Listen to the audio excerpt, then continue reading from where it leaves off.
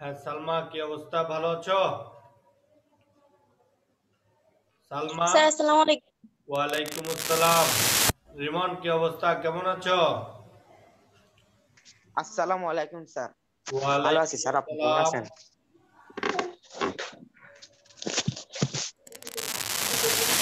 কি অবস্থা সবার? সবাই ভালো আছো? ইয়েস। পরীক্ষা কেমন? স্যার আপনি ভালো আছেন? আমিও আলহামদুলিল্লাহ ভালো আছি। পরীক্ষা কেমন হয়েছে? স্যার আলহামদুলিল্লাহ ভালো। স্যার, আপনি বলেন ভালো না কেমন হয়েছে আমাদের? আমি দেখিনি তো এখনো। স্যার, আমারটা মনে কি? হয় ভালো হয়নি। কেন কেন মনে হচ্ছে রিমন তোমারটা ভালো হয় নাই? কেন মনে হচ্ছে তোমার? স্যার, আমি রাস্তায় দাঁড়ায় দাঁড়ায় পরীক্ষা দিয়েছি তাই স্যার। হ্যাঁ, রাস্তায় দাঁড়ায় দাঁড়ায় পরীক্ষা দিছ? ইয়েস। কেন তুমি এরকম কেন করবা? তোমার পরীক্ষা আছে, তুমি এটার জন্য আলাদা করে একটা প্রস্তুতি নিতে হবে না? পরীক্ষাটাকে কি হেলাফেলা করলে হবে? গুরুত্ব দিয়ে পরীক্ষাটা দিতে হবে না? Yes sir. আচ্ছা, যা হোক, এখন আমরা এই প্রথম মাসিক পরীক্ষার জন্য প্রস্তুতি নিব। আমাদের একটা প্রথম মাসিক পরীক্ষা হবে। আমরা সেখানের জন্য এই দশম অধ্যায়টার জন্য একটু প্রস্তুতি নিতে চাচ্ছি, অর্থাৎ দশম অধ্যায়টা আমরা শুরু করতে চাচ্ছি। কি বলো তোমরা? Yes sir.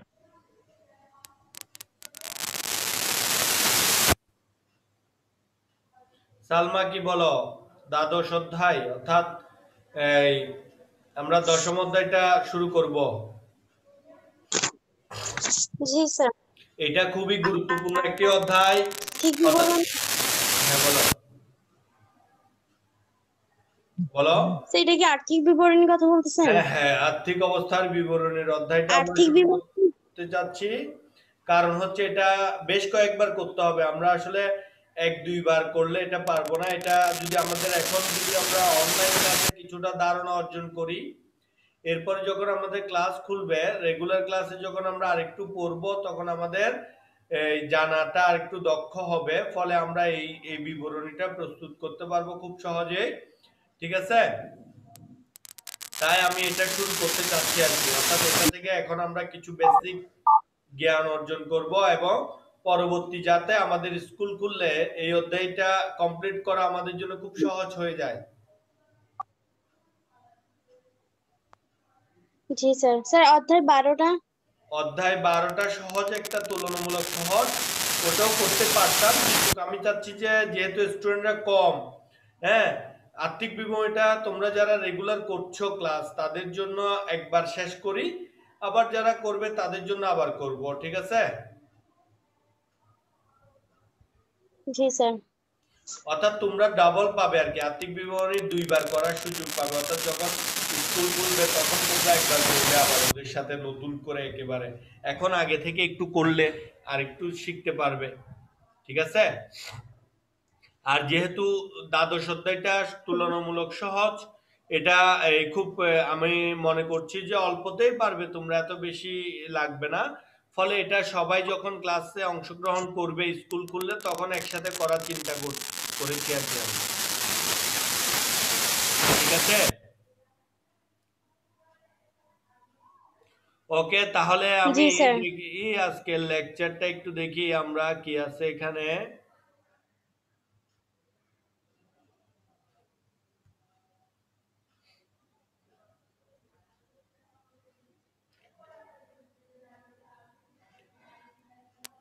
দেখো, তাইলে আজকের পাঠে সবাইকে স্বাগতম। আজকে আমাদের আলোচনা বিষয় হচ্ছে অধ্যায় দশম, আর্থিক বিবরণী। দশম অধ্যায়ের নাম কি? আর্থিক বিবরণী। অর্থাৎ প্রতিষ্ঠানের এই লাভ ক্ষতি নির্ণয় করা এবং মোট সম্পদ ও দায় দেনার পরিমাণ নির্ণয় করার জন্য যে বিবরণী প্রস্তুত করা হয়, সেটিকেই মূলত আর্থিক বিবরণী বলা হয়। এ বিষয়ে আজকে আমরা বিস্তারিত জানব। এরপর আজকের যা যা আলোচনা হবে, আর্থিক বিবরণী। আর্থিক বিবরণীর মধ্যে বিশদায় বিবরণী, সেবা প্রদানকারী প্রতিষ্ঠান, পণ্য ক্রয় বিক্রয়কারী প্রতিষ্ঠান। তাহলে দেখো আর্থিক বিবরণী, আর্থিক বিবরণী হচ্ছে তোমাদের সবার কাছে কি মেইন বইটা আছে? সালমা মেইন বইটা একটু খুলবে, দশম অধ্যায়ে যাব আমরা একটু মেইন বইয়ে। স্যার খুলছি। হ্যাঁ, দশম অধ্যায়ে একটু আর্থিক বিবরণীর অংশটা খুলবে, কি লিখছে ওখানে একটু দেখবে। হ্যাঁ, আমিও খুলে পেয়েছি। তাহলে একটি নির্দিষ্ট হিসাবকালে আর্থিক ফলাফল নির্ণয় করা এবং একটি নির্দিষ্ট তারিখে প্রতিষ্ঠানের মোট সম্পদ, দায় ও মালিকানা সত্ত্ব নিরূপণ করা। ঠিক আছে, এটাই হচ্ছে আর্থিক বিবরণীর কাজ। বুঝতে পেরেছো কিনা? অর্থাৎ আর্থিক বিবরণীর মাধ্যমে প্রতিষ্ঠানের মোট আর্থিক ফলাফল জানা যায় এবং আর্থিক অবস্থার পরিমাণ জানা যায়, অর্থাৎ একটি ব্যবসা প্রতিষ্ঠানের সম্পদ, দায় দেনা ইত্যাদির অবস্থা সম্পর্কে জানা যায়।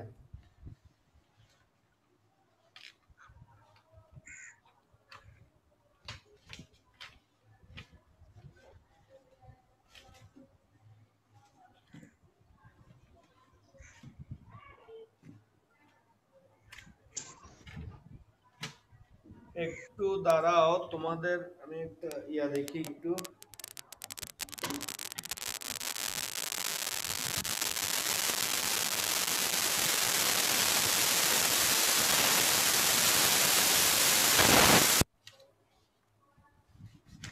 পেয়েছি। তাহলে আমাদের সিলেবাসে আছে প্রথম মাসিক পরীক্ষা, আর্থিক বিবরণী, পণ্যের ক্রয় মূল্য, উৎপাদন ব্যয়, পারিবারিক ও আত্মকর্মসংস্থানমূলক উদ্যোগ। ঠিক আছে, তাহলে আর্থিক বিবরণীটা আছে, আমরা করতে পারি। তাহলে আর্থিক বিবরণী হচ্ছে কি এমন একটা বিবরণী যে বিবরণীর মাধ্যমে প্রতিষ্ঠানের লাভ ক্ষতি সম্পর্কে আমরা জানতে পারবো। ঠিক আছে, অর্থাৎ বছর শেষে যে কোনো একজন ব্যবসায়ী এই জিনিসটা অবশ্যই জানতে চাইবে বছর শেষে তার লাভ হয়েছে না ক্ষতি হয়েছে, ঠিক কিনা? লাভ ক্ষতি জানা ব্যতীত কোনো ব্যবসায়ী কি ব্যবসা পরিচালনা করবে বছরের পর বছর? একটা আওয়াজ হচ্ছে, আপনি কথা বলার আওয়াজ হচ্ছে স্যার, বোঝা যাচ্ছে না ভালো করে। ভালো করে আপনি কথা হ্যাঁ একটা আওয়াজ হচ্ছে, বোঝা যাচ্ছে না আপনার কথা ভালো করে। একটা আওয়াজ হচ্ছে না? জি স্যার।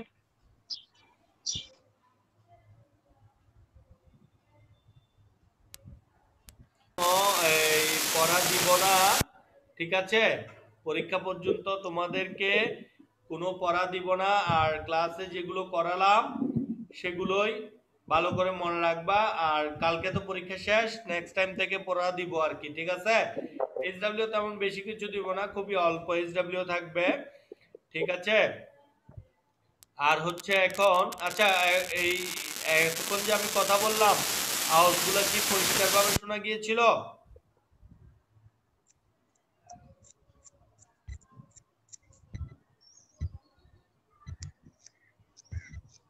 সালমা, সালমা কি শুনতে পাচ্ছ? জি স্যার, এখন শোনা যাচ্ছে। না না, আমি যে এতক্ষণ কথা বলছি কোনো ধরনের ডিস্টার্ব হয়েছে নাকি ক্লিয়ারলি শুনতে পেয়েছো? স্যার ওই যে মাঝে মাঝে একটা আওয়াজ হতো, হ্যাঁ, আর এমনিতে ঠিক আছে।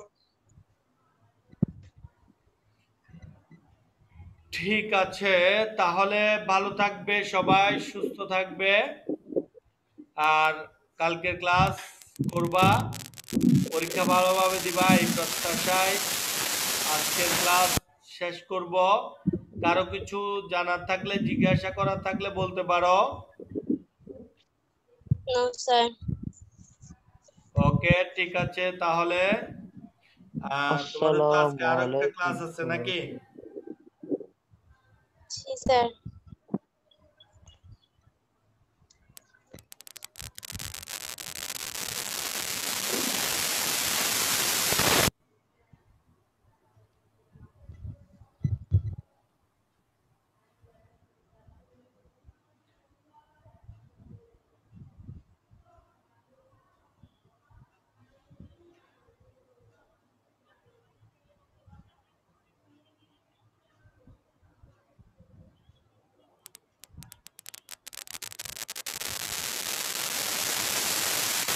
আপনার ঘুম আসতেছে নাকি? রিমন বলো।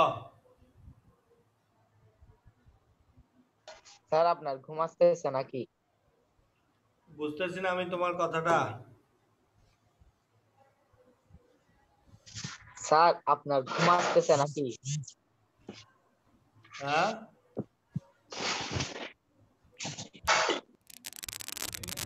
রিমন